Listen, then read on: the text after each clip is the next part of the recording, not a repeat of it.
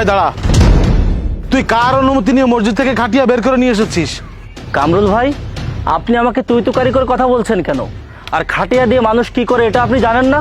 আপনি কি মসজিদের এলান শোনেননি? গত রাতে আমার দাদা মারা গিয়েছে, যার জন্য আমি খাটিয়া নিয়ে যাচ্ছি। ফজরের নামাজের পর আমি ইমাম সাহেবকে দিয়ে তোর দাদার ইন্তেকালের খবর এলান করিয়েছি। আমি সব কিছুই জানি। আমাদের মসজিদের খাটিয়া নেওয়া যাবে না। এই খাটিয়া রাখতো। মানে কি? এটা কি কারো বাপদাদার সম্পদ নাকি যে আপনি আমাকে নিষেধ করছেন? এত কৈফিয়ত আমি তোকে দিতে পারবো না। আমি যখন বলেছি যে খাটিয়া নেওয়া যাবে না, এটাই আমার শেষ কথা। এই হাবিব, ওসমান, মসজিদের খাটিয়া মসজিদের জায়গায় রেখে আয়। এই দাঁড়া কামরুল ভাই, মেজাজ গরম করাবেন না কিন্তু, তাহলে আমি কি করে ফেলবো আমি নিজেও জানি না। এই তুই মিজাজ গরম করবি মানে? আমার গায়ে শেষ রক্তবিন্দু থাকা পর্যন্ত এই খাটিয়া আমি নিয়ে যেতে দেবো না। তোর এত বড় সাহস! তোকে দাঁড়ান, এখানে কি হচ্ছে? ইমাম সাহেব, আপনি এসেছেন অনেক ভালো হয়েছে। আপনি তো জানেন যে গত রাতে আমার দাদা মারা গিয়েছে, কিন্তু এই কামরুল ভাই আমাকে খাটিয়া নিতে দিচ্ছে না। কি ব্যাপার কামরুল সাহেব? আলামিন সাহেব কি বলছেন? হ্যাঁ ইমাম সাহেব, আমি আলামিনকে খাটিয়া নিতে নিষেধ করেছি। তার কারণ শুনলে আপনার মাথার উপর আসমান ভেঙে পড়বে। আসসালামু আলাইকুম। ওয়ালাইকুম আসসালাম। কামরুল ভাই, আপনারা এত সকালে আমার বাড়িতে? আসলে ফজর নামাজ পড়ে আমরা যে কোনো বাড়ির উদ্দেশ্যে বের হয়ে যাই। আসলে সকাল সকাল না গেলেও তো কাউকে বাসায় পাওয়া যায় না।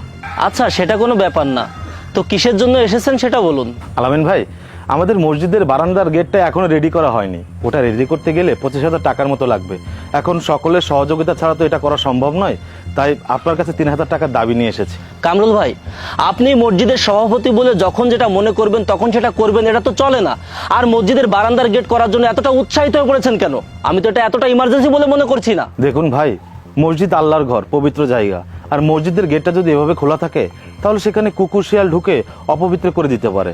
তাই আমাদের মসজিদের পবিত্রতা রক্ষার্থে আমাদের সকলের উচিত এই মসজিদের গেটটা দ্রুত করে দেওয়া।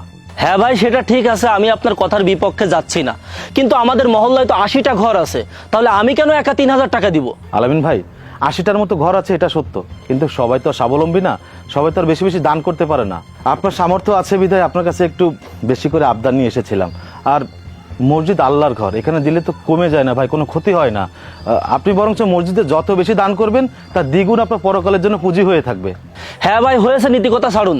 আমি সর্বোচ্চ 200 টাকা দিতে পারবো, এরপর আর 1 টাকাও দিতে পারবো না। আলামিন ভাই, আপনি সামান্য 200 টাকা দেবেন মসজিদের উন্নয়নের জন্য? এটা তো ভাই মেনে নেওয়া যায় না। আরে ভাই, ঈদের সময় একটা বাচ্চাকেও তো 200 টাকা বকশিশ দেয় না। আরিফ ভাই, আপনি দারুণ একটা কথা মনে করে দিয়েছেন। কামরুল ভাই, ঈদের সময় ঈদের নামাজে যে টাকাগুলো কালেকশন হলো, সেই টাকা দিয়ে আপনারা কেন বারান্দার গেটের কাজ করছেন না? দেখুন আলামিন ভাই, মসজিদ কমিটির মসজিদ পরিচালনা করার জন্য কিছু নিয়মকানুন আছে যেটা আপনি বুঝবেন না। আর ঈদের জামাতের টাকা দিয়ে কেন মসজিদের গেট করে দিতে হবে সেটা বলুন। মসজিদের তো স্পেশাল কোনো ইনকাম নেই, মসজিদ পরিচালনা করার জন্য কি টাকার প্রয়োজন হয় না? আর আপনি এত কথা বলছেন কেন? সামান্য 3,000 টাকার জন্য আপনার বাড়ির সামনে দাঁড়িয়ে আমাদেরকে এভাবে অপমান করছেন। আলামিন ভাই, মসজিদ কি আমার ব্যক্তিগত সম্পদ যে আপনি যা ইচ্ছা তাই বলবেন? আমাকে মসজিদের সভাপতি বানিয়েছেন, আমাকে কয় টাকা বেতন দেন? আমি কোনো বেতন ছাড়া আল্লাহর সন্তুষ্টি লাভের আশায় মসজিদের কাজ করে যাচ্ছি বিধায় এটা মনে করবেন না যে আমি আপনাদের কেনা গোলাম। আপনি টাকা দিতে পারবেন না সেটা ক্লিয়ার করে বলুন। হ্যাঁ, আমি আর 1 টাকাও দিতে পারবো না, আপনারা এখন আসতে পারেন।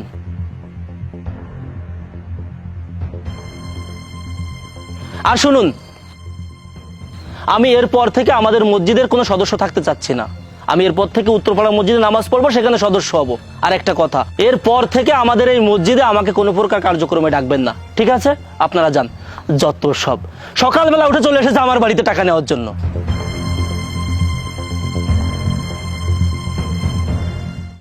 ইমাম সাহেব, এবার কি আপনি বুঝতে পেরেছেন? আসলে বিষয়টা দুঃখজনক।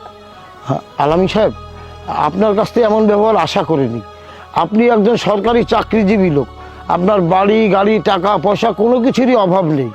আপনি নিজ উদ্যোগে মসজিদে বেশি বেশি দান করবেন এবং বাইরের থেকে সহযোগিতা এনে মসজিদের উপকার করবেন, সেটা না করে আপনি অন্য মসজিদে গিয়ে সদস্য হয়েছেন। বাহ আলামিন ভাই, বাহ! নিজের বাপ দাদার মসজিদ এলাকার হক মেরে আপনি অন্য মসজিদে গিয়ে যুক্ত হয়েছেন। আচ্ছা, একটা কথা বলুন তো, আপনি যদি প্রতি জুম্মায় এলাকার বাইরের মসজিদে গিয়ে 10টি টাকা করেও দান করেন, তাহলে কি আপনার এলাকার মসজিদ ক্ষতিগ্রস্ত হচ্ছে না? দান আপনি যে কোনো মসজিদে করতে পারেন, তাতে কোনো নিষেধ নেই, কিন্তু নিজের এলাকার বা মহল্লার মসজিদ বলে একটা কথা আছে, তাই না? আসলে আমি এই থাম, তোর কোনো কথা শোনা হবে না। আর তোরা দাঁড়িয়ে আছিস কেন? আমি বললাম না, যা মসজিদের খাটিয়া মসজিদের জায়গা মতো রেখে আয়। কামরুল ভাই, এটা হয় না, আপনি চুপ থাকুন। আচ্ছা আলামিন ভাই, আপনি যেন কি বলতে চেয়েছিলেন? আসলে ইমাম সাহেব, আমি আমার ভুল বুঝতে পেরেছি। আমি কখনো এই বিষয়টাকে এইভাবে অ্যানালাইসিস করিনি। আমি আপনাদের সবার কাছে ক্ষমা চাচ্ছি, আপনারা আমাকে সবাই ক্ষমা করে দিন। আর একটা বিষয়, আমি মসজিদের গেট করার জন্য যত টাকা লাগে সম্পূর্ণ টাকাই বহন করব। আর এরপর থেকে মসজিদের সকল কার্যক্রমের সাথে আমি জড়িত থাকব, আমি কথা দিচ্ছি। আলহামদুলিল্লাহ, মাশাআল্লাহ। কামরুল ভাই, আপনি আর কোনো মনোকষ্ট রাখবেন না। আলামিন ভাই তার নিজের ভুল বুঝতে পেরেছে। শুনুন, ব্যাপারটা হচ্ছে এখন থেকে আলামিন ভাই আমাদের মসজিদের সকল কর্মকাণ্ডের সঙ্গে থাকবেন। আর শোনেন, উনি তো দান করবেনই, পাশাপাশি ওনার যেখানে যে অবস্থায় থাকুক না কেন, উনি চেষ্টা করবে সেখান থেকে অনুদান এনে মসজিদে সহযোগিতা করতে।